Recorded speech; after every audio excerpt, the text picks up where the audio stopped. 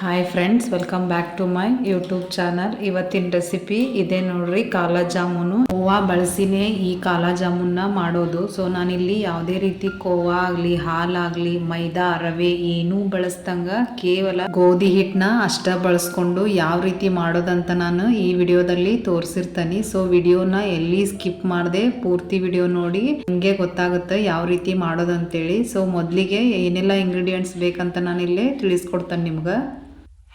ನಾನಿಲ್ಲಿ 1 ಕಪ್ನಷ್ಟು ಸಕ್ಕರೆ ತೊಗೊಂಡನಿ, ಆಮೇಲೆ 2 ಏಲಕ್ಕಿ, ಇದು ಬಂದ್ಬಿಟ್ಟು ಹಾಲಿನ ಪುಡಿ, ಗೋಧಿ ಹಿಟ್ಟು, ಕಲಸೋದಕ್ಕೆ ನೀರು, ಆಮೇಲೆ ಇದು ಬೇಕಿಂಗ್ ಪೌಡರ್ ತೊಗೊಂಡನು ನಾನಿಲ್ಲೇ. ಇಷ್ಟ ನೋಡ್ರಿ ಇವತ್ತಿನ ಜಾಮೂನ್ ಮಾಡೋಕ್ಕೆ ಬೇಕಾಗಿರುವಂಥ ಪದಾರ್ಥಗಳು. ಸೊ ಇವಾಗ ಹೆಂಗೆ ಮಾಡೋದಂತೇಳಿ ಸ್ಟಾರ್ಟ್ ಮಾಡೋಣಂತ.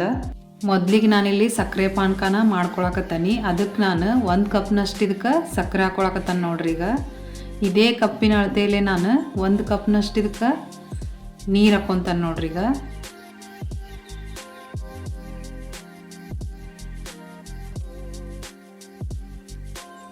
ಸೊ 1 ಕಪ್ನಷ್ಟು ನೀರು ಹಾಕೊಳಕತ್ತಾನೆ ಇದಕ್ಕೆ. ಇವಾಗ ಇದನ್ನು ನಾವು ಕುದಿಯೋದಕ್ಕೆ ಇಡೋಣ, ಸಕ್ಕರೆ ಪಾನಕ ಮಾಡ್ಕೊಳ್ಳೋದಕ್ಕೆ. ಸಕ್ಕರೆ ಕರಗ್ತಾ ಇದೆ, ನೀವು ನೋಡ್ತಿರ್ಬೋದು. ಯಾವ ರೀತಿ ನಾವು ಸಕ್ಕರೆ ಪಾಕ ಮಾಡ್ತೀವೋ ಬೇರೆ ಜಾಮೂನ್ಗೂ ಇದು ಅದೇ ರೀತಿ. ಇವಾಗ ಸಕ್ಕರೆ ಎಲ್ಲ ಕರಗಿ ಈ ರೀತಿ ಕುದಿತಿರೋ ಟೈಮಲ್ಲಿ ನಾನು ಇದಕ್ಕೆ ಒಂದು 2 ಏಲಕ್ಕಿನ ಸಿಪ್ಪೆ ಸಮೇತ ಹಾಕ್ಕೊಳಕತ್ತೀನಿ. ಏಲಕ್ಕಿ ಹಾಕಿದ ಮೇಲೆ ನೀವು 1 ನಿಮಿಷಗಳ ಕಾಲ ಅಷ್ಟೇ ಇದನ್ನು ಮಿಕ್ಸ್ ಮಾಡ್ಕೊಂಬಿಡ್ರಿ. ಅಂದ್ರೆ ಮುಂಚೆ 1 ನಿಮಿಷ, ಈಗ 1 ನಿಮಿಷ. ಸೊ ಸಕ್ಕರೆ ಕರಗಿದ ಮೇಲೆ ಒಂದು 2 ನಿಮಿಷ ಕುದಿಸಿದ್ರೆ ಸಾಕು. ನಾವು ಇವಾಗ ನಾ ತೋರಿಸ್ತೀನಿ ಪಾಕ ಯಾವ ರೀತಿ ಇರ್ಬೇಕಂತ. ಈ ರೀತಿ ಅಂಟು ಥರ ಆದ್ರೆ ಸಾಕು ನಮ್ಗೆ, ಯಾವುದೇ ರೀತಿ ಎಳೆಯೋದು ಏನೂ ಬೇಡ. ಸೊ ಇವಾಗ ಇದು ಆಗೈತಿ. ಒಂದು ಪ್ಲೇಟ್ ಮುಚ್ಚಿ ಇದನ್ನು ಎತ್ತಿಟ್ಟು ಇವಾಗ ನಾವು ಜಾಮೂನ್ನ ಮಾಡೋಣಂತ. ಜಾಮೂನು ಮಾಡೋದಕ್ಕೆ ನಾನಿಲ್ಲಿ ಈ ಸ್ಪೂನ್ಲೆ ನಾನು ಗೋಧಿ ಹಿಟ್ಟನ್ನ ಒಂದು 3 ಸ್ಪೂನಷ್ಟು ಮಿಕ್ಸಿಂಗ್ ಬೌಲ್ಗೆ ಹಾಕ್ಕೊತಾನೆ ನೋಡ್ರಿಲ್ಲೇ. ನಾನಿಲ್ಲೇ ಗೋಧಿ ಹಿಟ್ಟನ್ನ ಜರಡಿ ಹಿಡ್ದ ತೊಗೊಂಡನಿ, ನೀವು ಜರಡಿ ಹಿಡ್ದ ತೊಗೋರಿ. ಆಮೇಲೆ ಇವಾಗ ನಾನು 5 ಸ್ಪೂನಷ್ಟು ಹಾಲಿನ ಪುಡಿನ ಹಾಕ್ಕೊಳಕತ್ತಾನೆ ನೋಡ್ರಿ. ಇದಕ್ಕೆ ನಾವು ಹಾಲನ್ನ ಬಳಸದೇ ಇರೋದ್ರಿಂದ ನಾನಿಲ್ಲಿ ಹಾಲಿನ ಪುಡಿನ ಯೂಸ್ ಮಾಡ್ಕೊಂಡನಿ. ಎಷ್ಟಂದ್ರೆ 5 ಸ್ಪೂನಷ್ಟು ಹಾಲಿನ ಪುಡಿ, 3 ಸ್ಪೂನ್ ಗೋಧಿ ಹಿಟ್ಟಿಗೆ 5 ಸ್ಪೂನಷ್ಟು ಹಾಲಿನ ಪುಡಿನ ಹಾಕ್ಕೊಂಡನಿ ನೋಡ್ರಿ ನಾನೀಗ.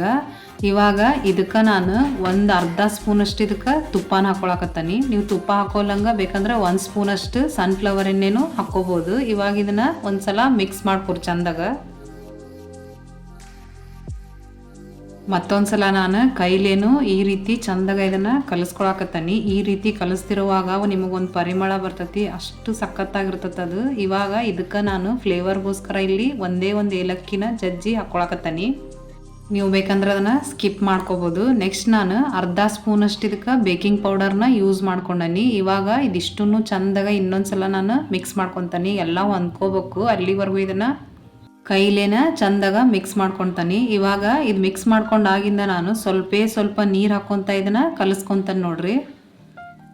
ಒಮ್ಮೆ ನೀರು ಹಾಕ್ಕೊಳಕ್ಕೆ ಹೋಗ್ಬೇಡ್ರಿ, ಯಾಕಂದ್ರೆ ನಾವು ಹಾಲಿನ ಪುಡಿ ಹಾಕಿರೋದ್ರಿಂದ ಬೇಗ ಅದು ಅಳಕಾಗೋ ಚಾನ್ಸಸ್ ಇರ್ತೈತಿ.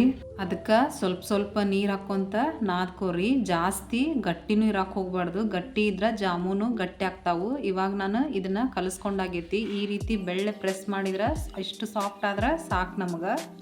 ನೆಕ್ಸ್ಟ್ ನಾನಿಲ್ಲಿ ಎಣ್ಣೆ ಕಾಯೋದಕ್ಕೆ ಇಟ್ಕೊಳಕತ್ತಾನೆ. ಇಲ್ಲೇ ಸ್ಟವ್ನ ಆನ್ ಮಾಡಿಬಿಟ್ಟು ಇಲ್ಲಿ ಎಣ್ಣೆ ಹಾಕ್ಕೊಳಕತ್ತಾನೆ. ಸೊ ಎಣ್ಣೆ ಕಾಯೋಷ್ಟರಲ್ಲಿ ನಾವು ಜಾಮೂನ್ನ ಮಾಡ್ಕೊಂಬಿಡ್ಬೋದು.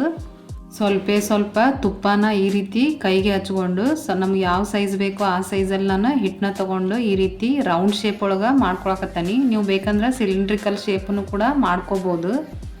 ಇನ್ನೊಂದೇನಂತಂದ್ರೆ ಯಾವುದೇ ರೀತಿ ಕ್ರ್ಯಾಕ್ಸ್ ಆಗಲಿ ಏನೂ ಇಲ್ಲದೇ ಇರೋ ರೀತಿ ಈ ರೀತಿ ಜಾಮೂನ್ನ ಮಾಡಿಟ್ಕೋರಿ. ಕ್ರ್ಯಾಕ್ಸ್ ಇದ್ರೆ ಜಾಮೂನು ಒಡಿತಾವು, ಆಮೇಲೆ ಸರಿಯಾಗಲ್ಲ. ಆದ್ರಿಂದ ಕ್ರ್ಯಾಕ್ಸ್ ಇಲ್ಲದೇ ಇರೋ ರೀತಿ ಜಾಮೂನ್ನ ರೆಡಿ ಮಾಡಿರಿ.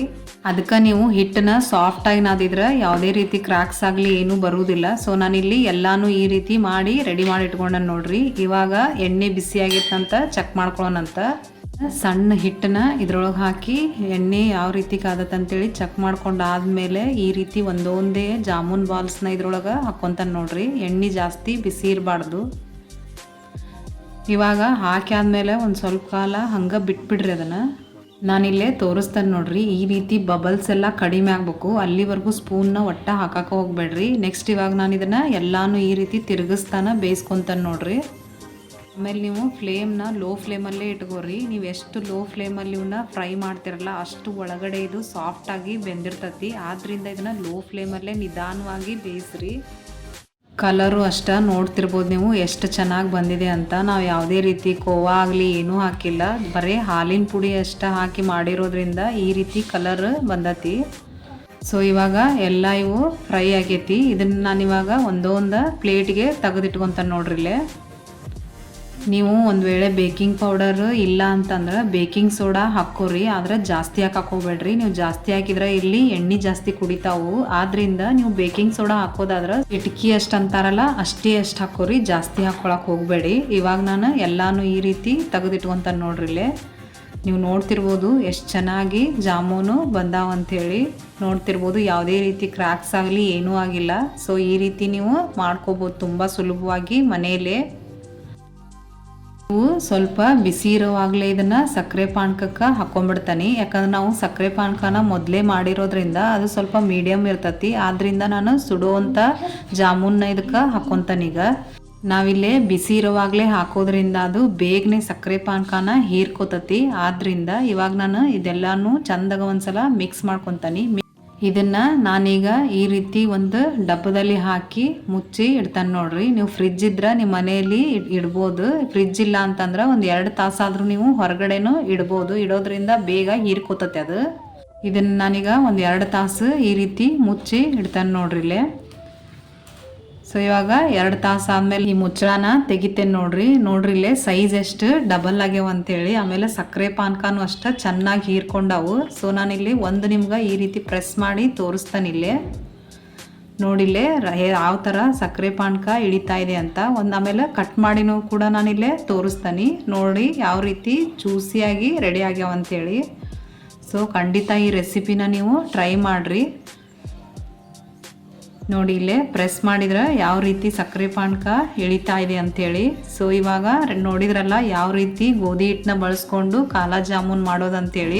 ಟೇಸ್ಟು ಅಷ್ಟೇ ಸೂಪರ್ ಆಗಿರ್ತತಿ. ನಿಮ್ಗೆ ಯಾವುದೇ ಕಾರಣಕ್ಕೂ ಅನ್ಸಲ್ಲ ಇದು ಗೋಧಿ ಹಿಟ್ಟಿನ ಜಾಮೂನ್ ಅಂತೇಳಿ. ನೋಡಿದ್ರಲ್ಲ ಎಷ್ಟು ಸಿಂಪಲ್ ಆಗಿ ನಾನು ಇವತ್ತು ನಿಮ್ಗೆ ಕಾಲಾ ಜಾಮೂನ್ ಮಾಡೋದನ್ನ ತೋರಿಸ್ಕೊಟ್ಟಾನಿ. ಸೊ ವಿಡಿಯೋ ಏನಾದರೂ ನಿಮ್ಗೆ ಇಷ್ಟ ಆದರೆ ಲೈಕ್ ಮಾಡಿ, ಶೇರ್ ಮಾಡಿ ಮತ್ತು ಸಬ್ಸ್ಕ್ರೈಬ್ ಮಾಡ್ಕೊಳ್ಳೋದನ್ನ ಮರೆಯಕ್ಕೆ ಹೋಗಬೇಡಿ. ಒಂದ್ಸಲ ಈ ರೆಸಿಪಿನ ನೀವು ಟ್ರೈ ಮಾಡಿರಿ ಮತ್ತು ಹೆಂಗೆ ಬಂದತ್ತಂತೇಳಿ ಖಂಡಿತವಾಗೂ ಕಮೆಂಟ್ ಮಾಡೋದನ್ನು ಮರೆಯಕ್ಕೆ ಹೋಗಬೇಡಿ.